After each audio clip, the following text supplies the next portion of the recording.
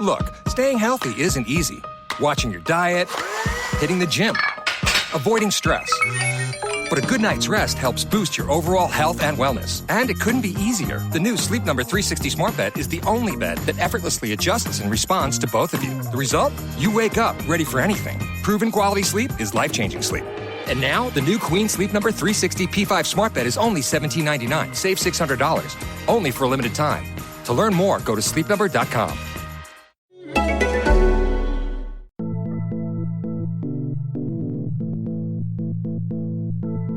You know, I definitely think that like societal norms definitely put like a kind of time limit on it. But with grief, like you never get over it. You only learn how to live with it.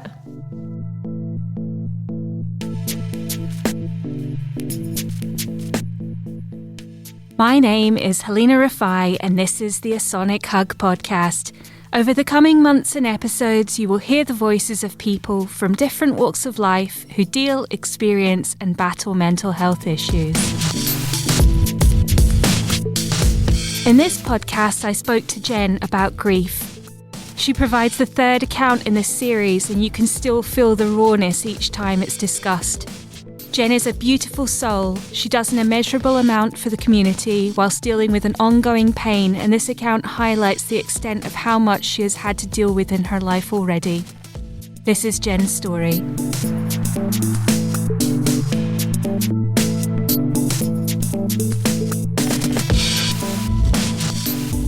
Hi, my name is Jenn Smith. I'm a publicist. I run a small PR and marketing agency called Electric Shores based out of Glasgow. Gosh, so where to start experiences with grief? I guess my first one was when I was at school. I must have been about 14 years old. And we experienced quite a lot of tragedy at our school. My best friend at the time, she drowned in an accident. And when you're kind of that age, well, for the most part, certainly for me, I'd never really encountered grief at all or had someone die at that point in my life. And it was a kind of awful time because you're encountering these feelings for the first time that you've never encountered before and you just have no idea how to deal with them.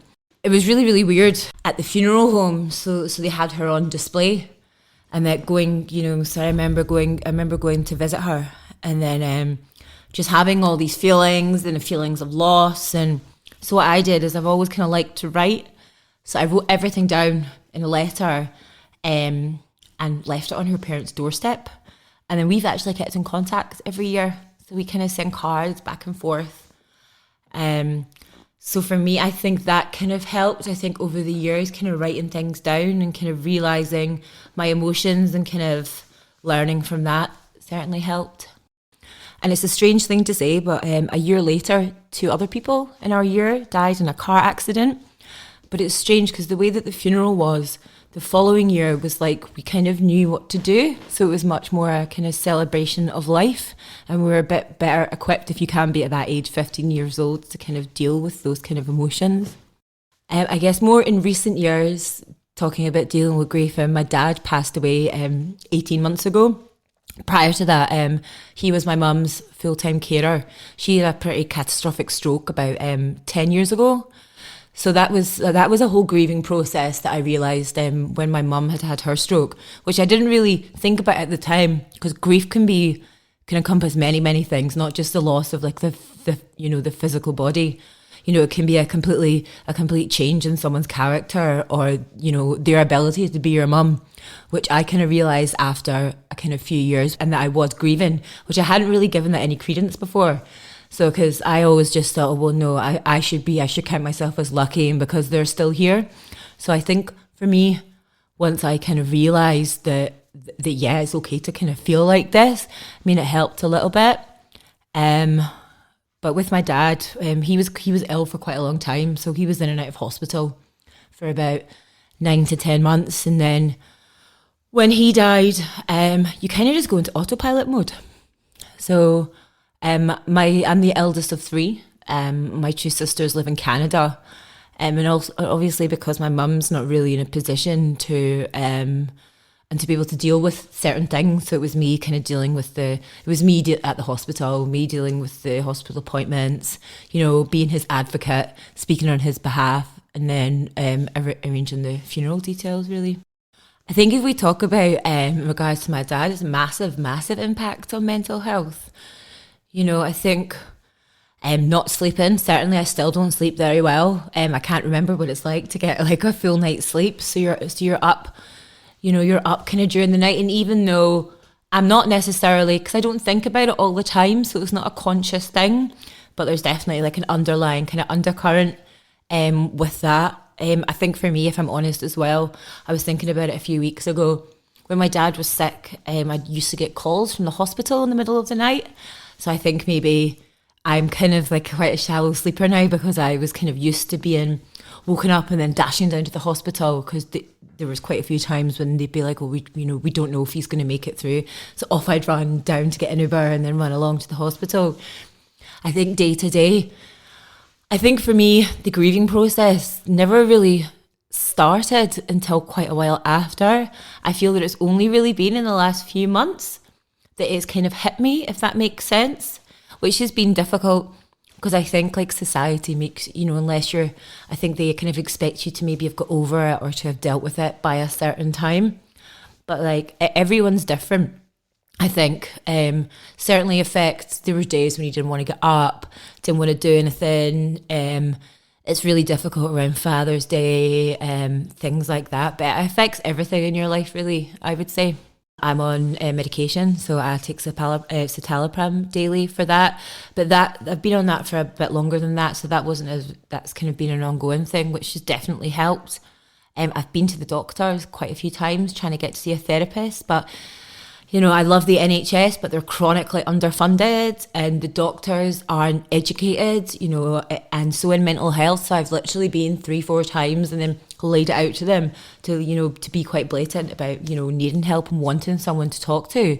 Because I think it's a necessity in a situation like this. And there's so many others out there. I mean, I'm quite privileged because I have great friends. I have people I can talk to, but still death and experiencing a death close to you is such an isolated thing, and I think it has massive effect on anxiety.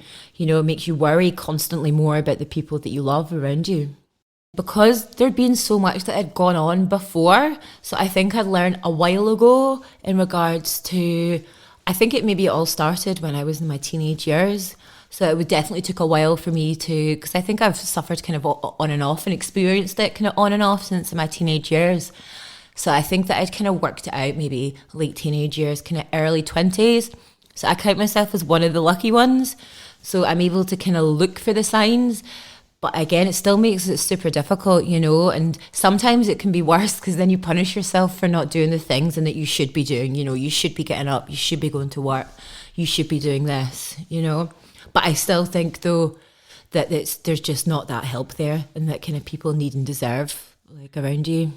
I mean, talking about it, I find it so. I made a conscious decision when Dad was dying and he died to try and talk about it vocally, because death is such a taboo subject and nobody ever talks about it. And often you'll find you'll end up comforting the person who's asked how you are, and which can be quite amusing sometimes. In regards to being a constraint for time, I definitely think so. So my dad would have been 2 years in September of this year now. And, it feels more raw now and than it did do straight after.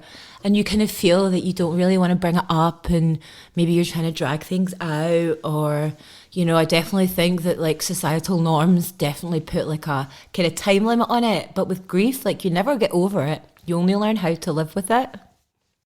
I think for me, because I should also add that my mum's got terminal cancer. So she got diagnosed just before Dad died, I think. So I think that that's got something to do with like the grieving process as well. But now I've not really had a chance, because your emotions have gone right from one parent into the other. So with my mum's in a care home. She was, as I mentioned earlier, because Dad was her primary carer.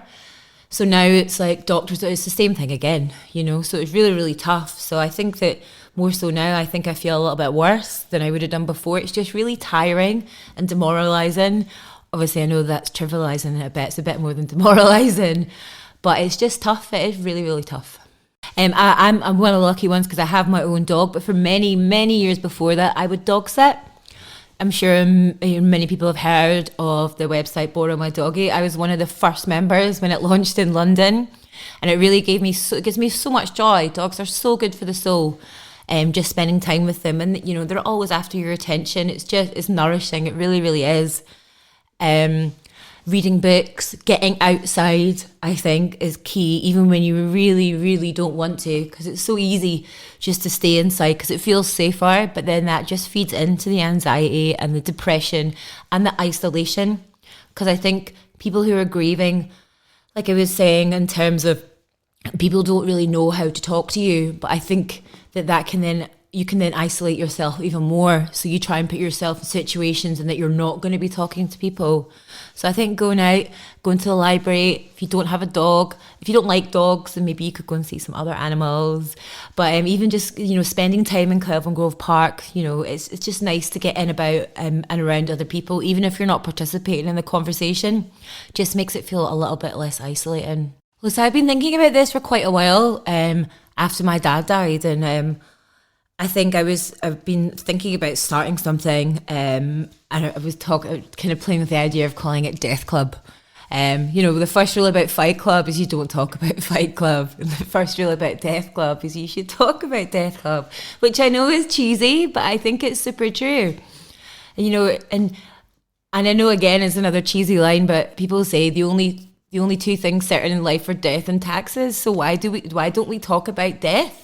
The kind of aftermath during it, and the nitty gritty. It's so debilitating, all the people around it who aren't able to talk about it. So for me, I'd love there to be a forum, opportunities for people to meet up and to discuss it. It doesn't have to be that you've lost a family member. It could be someone, who's gone through a traumatizing situation. It could even be a breakup. You could be grieving for anything. So for me, I would just like to have that kind of opportunity and for others to be able to discuss it as well.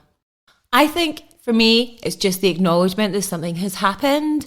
So you end up like when people dance around it, and I totally appreciate that. I want to make it clear that I do appreciate that it's a difficult subject for people to discuss, But for me, just not ignoring the big elephant in the room, and just, even just asking how you are. None of this like, oh, but it could be worse, because I know it could be worse. I could be, there's so many people all over the world in war-torn countries who have gone through like unimaginable, horrific things, But I think just acknowledging that you've got, and that you're grieving and that something has happened, I think is important. Because then it just feeds into that isolation again that and that I mentioned. So just an acknowledgement. There's no right way, but I think the only wrong way is to not talk about it and to not acknowledge it. For me, I think mental health classes at school would be amazing. I think to be able to educate kids on on the feelings, because when you're at that age, you're not grasping. You don't know what feelings you're having. You're not at that. Your brain's not that developed to be realizing what's going on. And I think that they would be able to help so many people before kind of issues of depression and anxiety develop. If you had classes for mental health and like you have physical education, I think it would be an incredible asset to schools for that to happen. Before my dad died, I was trying to prepare things not because you can't prepare mentally because you don't know how you're going to feel. So for me, before he died, it's more pragmatic things. Like I remember going to the funeral home and they were like, oh, so when did he pass? And I said, well, no, he hasn't yet. Just to learn about what I needed to do. So with mum, because obviously having gone through the emotional trauma of losing my dad, it's kind of like preparing for war, I think, thinking about it. So like we're talking about the kind of more openness about talking about death and this idea of Death Club. For me, that's something that I can put in place that will like help me, but hopefully help others. Because it just says, the thought of losing two parents, one's bad enough, but the thought of losing two, you just try and, prepare yourself as much as you can. And emotionally before you go into battle, because that's it. Because you can do all the pragmatic things, the physical things, but emotionally you just don't know how you're going to feel. So for me, it's talking more openly about it, doing things like this, not isolating myself, trying to talk to friends as much as possible so that I'm in a strongest position I can be to cope with what's to come.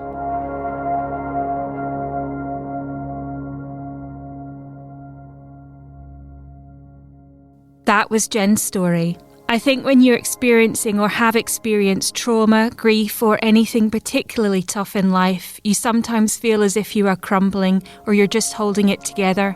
You have good days and bad. To those outside, they often think you're a pillar of strength, and that's the way that I view Jenn, but I know she has and is still struggling. The enormity of experiencing grief on the scale that Jenn has, even from a young age, is for some incomprehensible.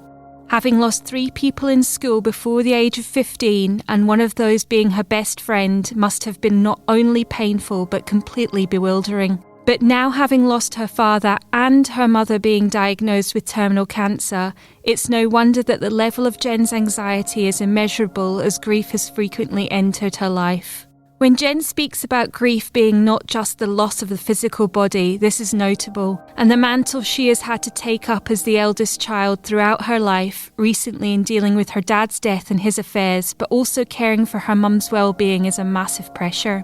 What Jenn didn't say on this podcast is how much she does to ensure her mother's well-being, and I wanted to make sure it was documented on this podcast. Jenn started an initiative this year as part of the impact of COVID called the Tech Connection Network. This project supports increased technological access for those receiving care here in Scotland who are experiencing significantly reduced physical contact and social engagement. And Jenn has managed to source tablets, phones and other devices for those in need. But this is just the tip of the iceberg when it comes to her kindness and work. This also mirrors a lot of other people experiencing mental health issues. People cannot bear to think of others going through the same experiences as ours. They realise these tribulations and experiences are so troubling that they just have to offer some help and support. It's clear that Jenn is still grieving, and whilst it's worth mentioning that our interview was recorded over a year ago, many of these feelings still apply to her. She still has the weight of worrying about her mum, and this is her priority. To have that consistently in the forefront of your mind makes you understand somewhat why she is unable to sleep amongst other difficulties. Her citing of the NHS being critically underfunded and the lack of education surrounding mental health is another theme prevalent in these podcasts, and one that if we don't address soon will be catastrophic for our future, especially with lockdown continuing. Jenn talks about how you never get over grief and you only learn to live with it. And this applies to poor mental health. These aspects are such a phenomenal shift within your life and your own self that by trying to block them out or find a cure, you only build the pain and struggle more. Jenn talks so positively about dogs, and I have spoken to so many people who have sought such solace in pets and animals as companions. The unconditional love you receive and the ability to be able to care for a being is something that nurtures the soul and can help rebuild us. Her recommendation for mental health classes in school would be a game changer. As she puts it perfectly, to educate kids on their feelings is something that we need to address more than anything. If we had some guidance on this, then perhaps it would give us some breathing space and let us give ourselves more of a break as we grow. Jenn is someone that I want to do a follow-up podcast with, as I feel we have so much more to explore and discuss. And her idea of Death Club, the opposite to Fight Club, where you talk about it and your feelings, is a revelation. And so is Jenn. She is a force to be reckoned with, and the admiration and respect I have for her is hard to put into words.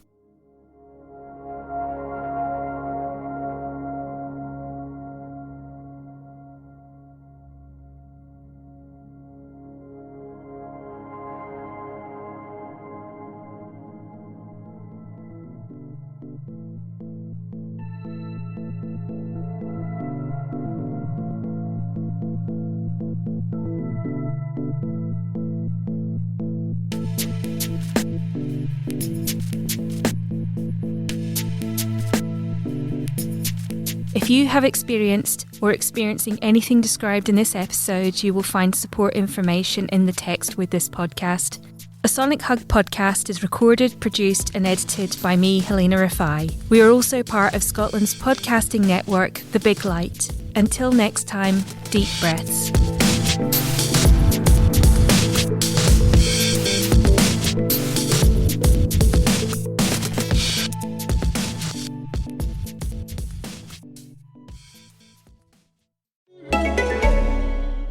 Look, staying healthy isn't easy.